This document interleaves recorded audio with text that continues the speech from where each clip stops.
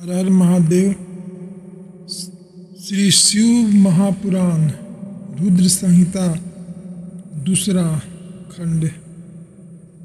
खंड का ये प्रथम भाग है। ब्रह्मा जी का सृष्टि का रचना करना।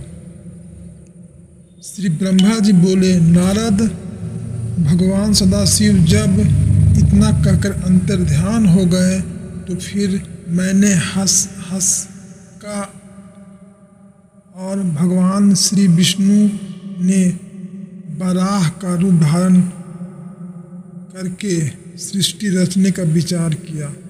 श्री विष्णु जी भी अंतर्ध्यान हो गए और ब्रह्मांड से बाहर निकालकर वैकुंठ में चले गए। उनके जाने के पश्चात सबसे पहले मैंने भगवान सदाशिव और श्री विष्णु का ध्यान करके जल का निर्माण किया। जब जल में फिर अंजलि जल डालकर मैंने उस जल में 24 तत्वों वाला एक अंड प्रकट किया जो कि विराट हो गया। उसके विराट होने से मेरे मन में शयन उत्पन्न हुआ।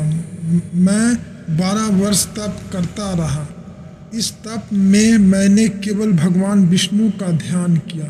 12 वर्ष के पश्चात भगवान विष्णु ने प्रसन्न होकर मुझको साक्षात दर्शन देकर कहा, ब्रह्मा, वर मांगो। श्री सदाशिव की कृपा से सब कुछ दे सकता हूँ।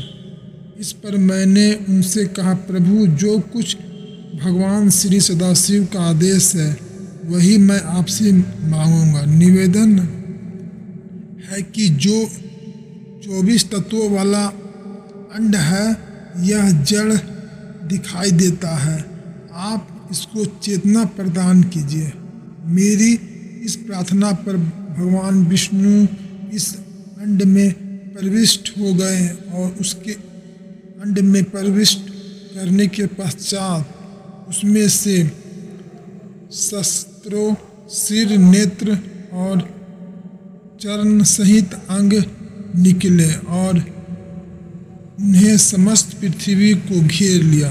भगवान श्री विष्णु सातों लोकों को अधिपति हो गए। भगवान सदाशिव ने उनको कभी कष्ट न होने वाले कैलाश का स्थान दिया। अब मैं सृष्टि रचने लगा। पहले पाप सृष्टि उत्पन्न हुई जिसमें कि अविद्या और तुम की प्रधानता थी। उससे मैंने स्थारों की रचना की। इसके पश्चात मैंने मनुष्यों की सृष्टि की रचना करने के लिए भगवान शंकर का ध्यान किया। इसके पश्चात तिरछे चलने वाले जीव उत्पन्न किए। जब उनसे मुझे संतोष की प्राप्ति न हुई तो मैंने देवताओं को सृष्टि की, परंतु इससे भी कार्य न सिद्ध हुआ। अंततः मैंने भगवान सदाशिव की आज्ञा से रजोगुणी मनुष्यों को उत्पन्न किया।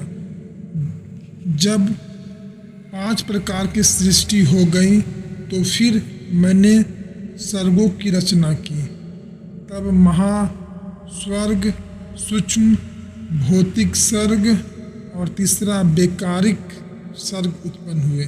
फिर 9 प्रकार की सृष्टि वैकारिक स्वर्ग से उत्पन्न हुआ।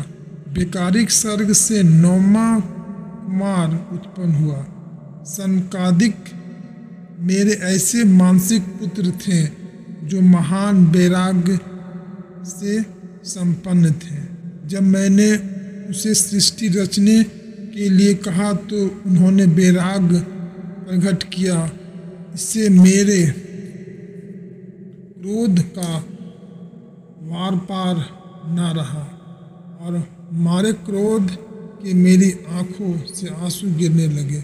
मुझे रोते हुए देखकर भगवान विष्णु ने मेरे पास आकर मुझसे समझाया कि इस प्रकार रोने से काम न चलेगा। तुम भगवान सदाशिव की तपस्या करो।